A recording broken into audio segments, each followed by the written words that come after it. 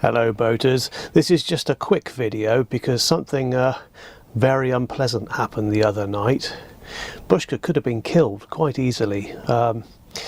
It happened about 3 nights ago. If you follow me on social media you probably know about this already, but anyway, it was about 10 o'clock at night.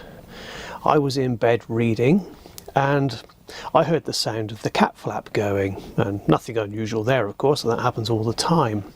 But about a minute or two later I noticed this really horrible smell. Couldn't quite place it. I thought maybe one of the logs that I'd put on the fire had been rotten or something and it was starting to stink the boat out. I've had that happen before, but the wood that I'd put in there seemed okay. So I don't know, so I sort of ignored it for a minute or two, but it got stronger and stronger, and in the end I just had to get up and go and have a look. And so I got out of bed and walked up to the other end of the boat, put the light on, and there was Bushka sitting on top of my bookcase, absolutely soaked from like the neck downwards, dripping, soaking wet, and absolutely stinking. And as soon as I saw him I knew exactly what he'd done, but at the same time I could hardly believe that he'd actually done it. What he'd done was he'd walked across the field, not very far, to there's a farm close to where I was moored, and somehow he'd managed to fall into the slurry pit. Fortunately he managed to get out because he could easily have died in there.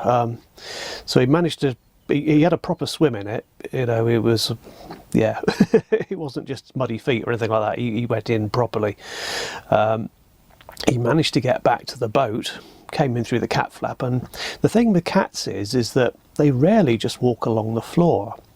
If they can come in, if they can jump up onto a chair, onto a table, onto a bookcase or anything like that, they prefer to sort of go around the room at a higher altitude. So of course he did that.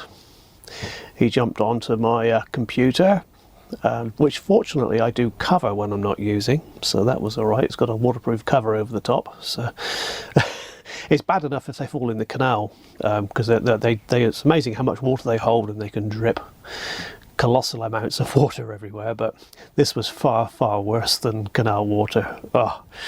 And anyway, he walked across the computer onto the bookcase, onto my keyboards, onto my loudspeakers, onto the other bookcase, shaking his feet at the same time. And hello Bushka, he just walked past me, and yeah, shaking, splattering this filthy brown, greeny brown slurry everywhere. It was on all over the walls, and I didn't know what to do.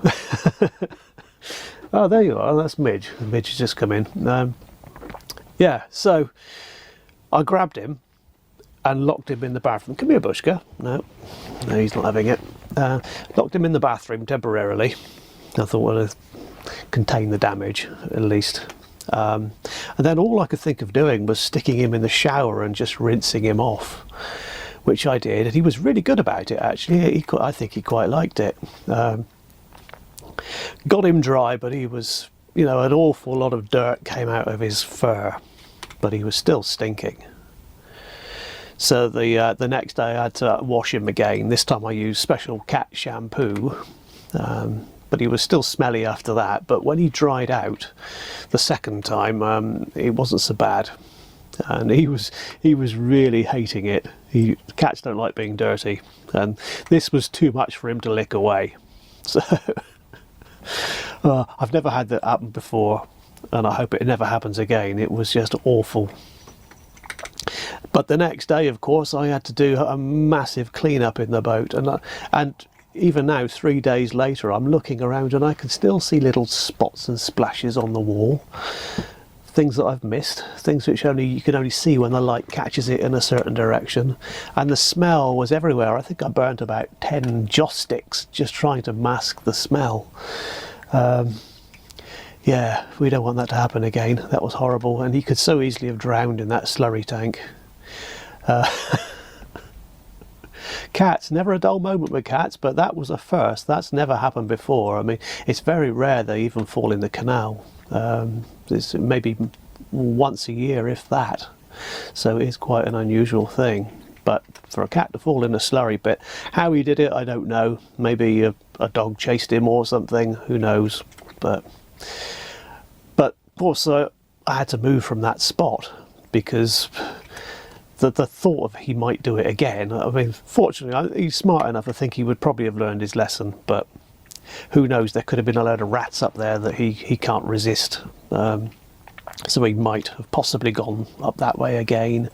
It was actually quite close to the canal, but you couldn't see it from the towpath because there's a hedge in the way. But when I looked on Google Earth, it's a very big slurry pit.